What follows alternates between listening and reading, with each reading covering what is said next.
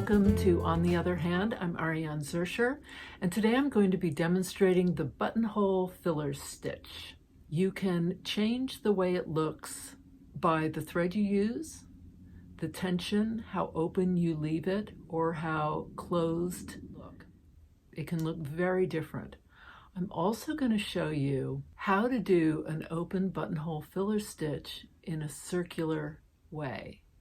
So instead of going back and forth in rows, going around and around in a circle. I'm really excited to hear what you think. Don't forget to hit the like button. Please subscribe. Here's to stitching together.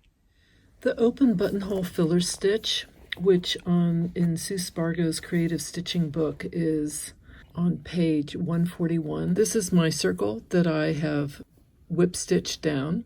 I'm going to use a number 5. This is Sue Spargo's variegated eleganza thread.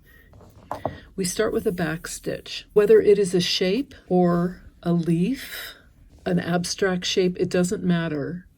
You're going to outline whatever that shape is with a back stitch for the weaving part. So I just switched my needle. This is my tapestry needle. It's got a blunt end so that I won't catch anything that I don't want. There are 2 ways to do a circle shape with the open buttonhole filler stitch. The first way, and which is demonstrated in Sue's book, is that I go along picking up this edge, these top stitches, and I go back and forth. The other way is to go around in a circle. I'm going to show you the back and forth way first. My first row is going to be right about here. I'm going to come in between where one ends and the other begins with my thread. I'm going to keep my loop down, and I'm going to go through this top thread and down, having my thread down under my right thumb, go up and down. This is going to be for right-handed or left-handed people. I'm going to go into my next stitch. I'm going to continue doing this. Whatever this size loop is, that's what I want to continue doing all the way across. I don't want one of the loops to be huge and the other one to be really tight. I want them all to be pretty even.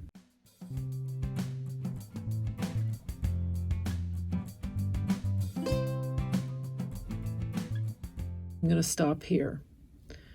I'm going to go in to the next stitch.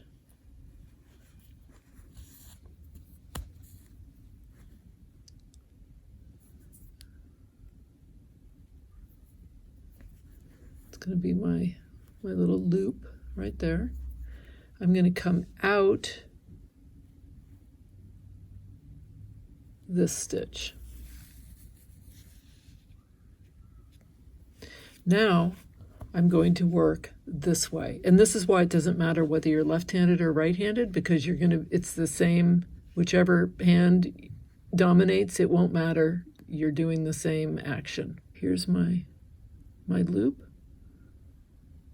I'm going to come down, holding that with my other hand. My non-dominant hand is going to hold this down. I'm going to go into the next loop.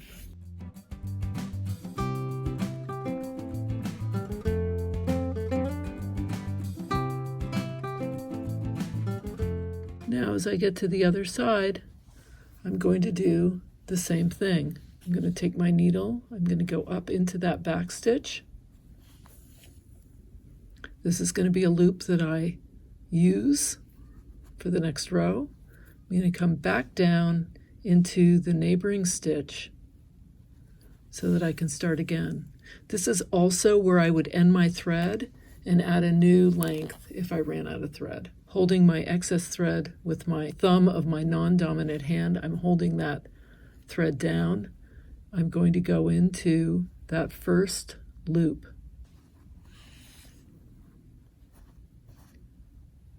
I'm going to pull it through. If my back stitch was longer in length, I would have less of these loops to go through, which means that my mesh work would be more open.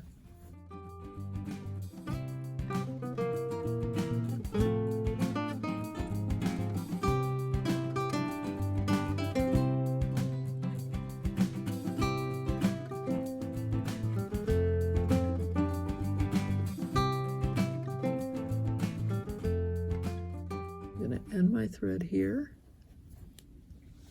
and I'm going to weave into the next stitch, the neighboring stitch below it. And now I continue. I'm going to keep going, and I'll turn the camera back on when I start decreasing to show you how to do that. Instead of picking up this loop, I'm now going to skip it, and I'm going to go here.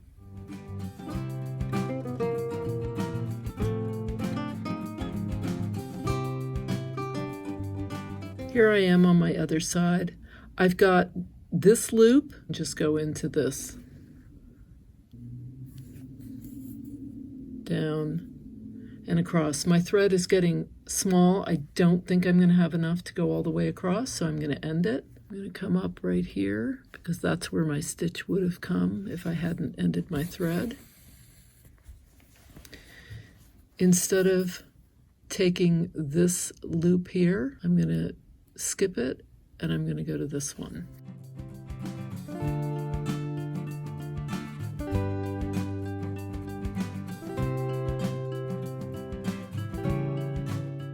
Okay, I'm at my end. I'm not going to go into this loop. I'm going to skip it. I'm going to go down into the back stitch on the end here.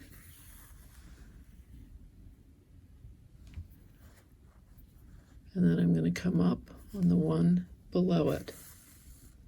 I'm going to continue across. I'm going to skip this one.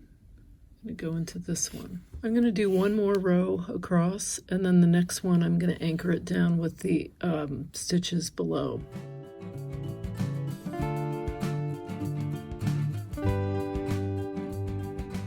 To anchor it, I'm going to do my loop, and then I'm going to go into the stitch directly below.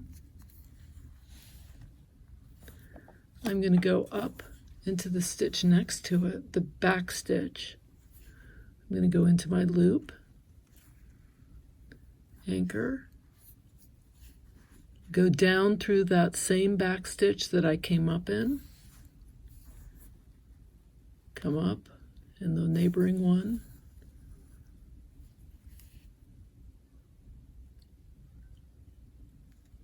grab my loop,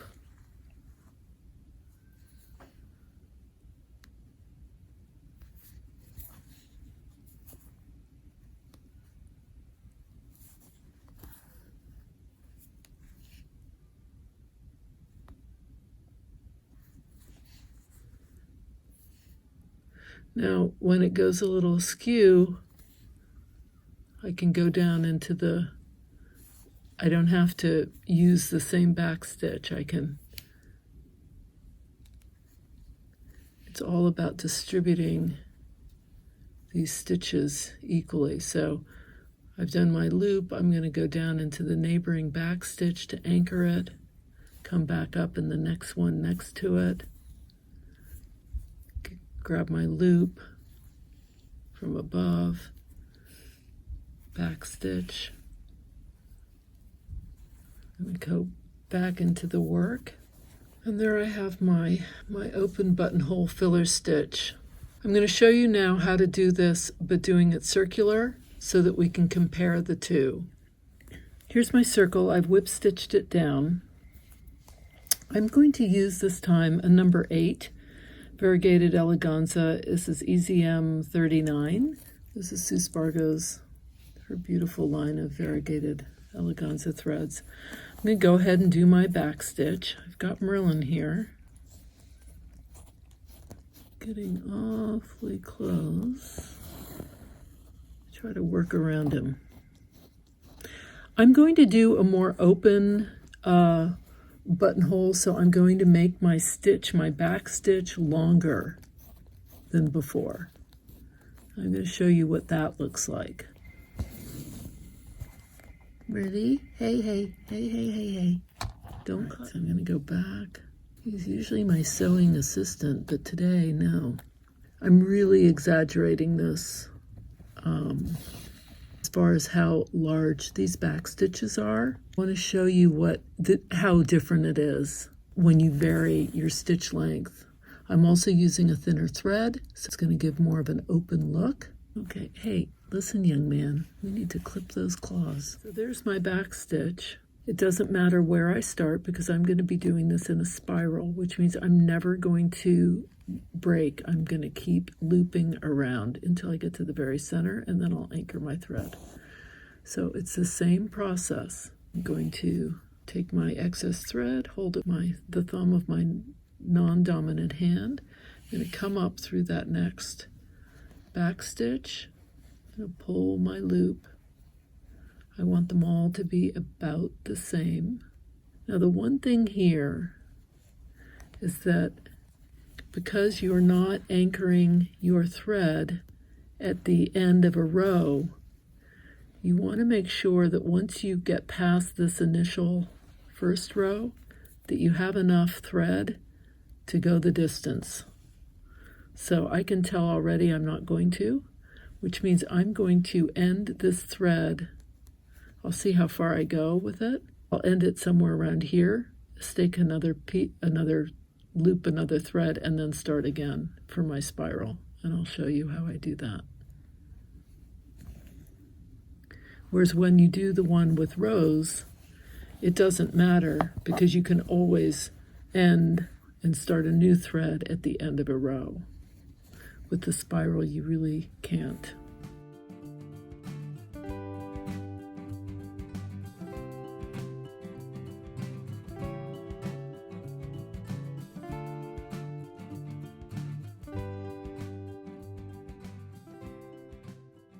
I am going to end my thread here.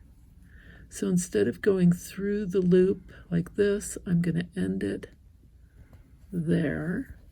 I want to come back with my new thread, holding that excess down, going into this next loop, and that's my last one before I start on the next row, which is right here. I'm picking up this next row.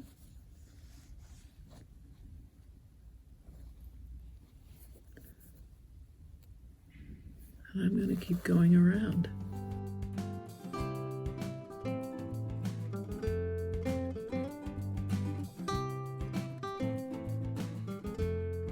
I'm going to decrease right here. And the way I do that, I skip a loop. Instead of going into this loop, I'm going to go into this one.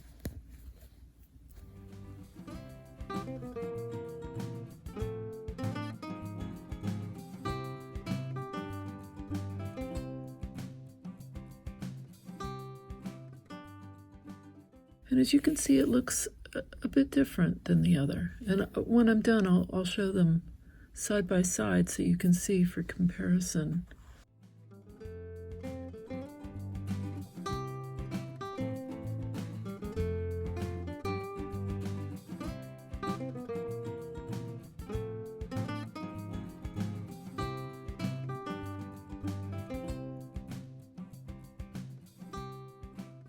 As you can see here, I've come to nearing the end. I'm going to go every other now. I turn my work as I go.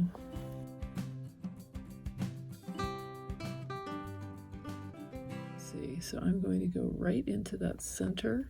I'm going to pull my stitch through, and I'm going to knot it in the back. So you can see they look pretty different. I hope you found this helpful. Please don't forget to hit the like button and subscribe.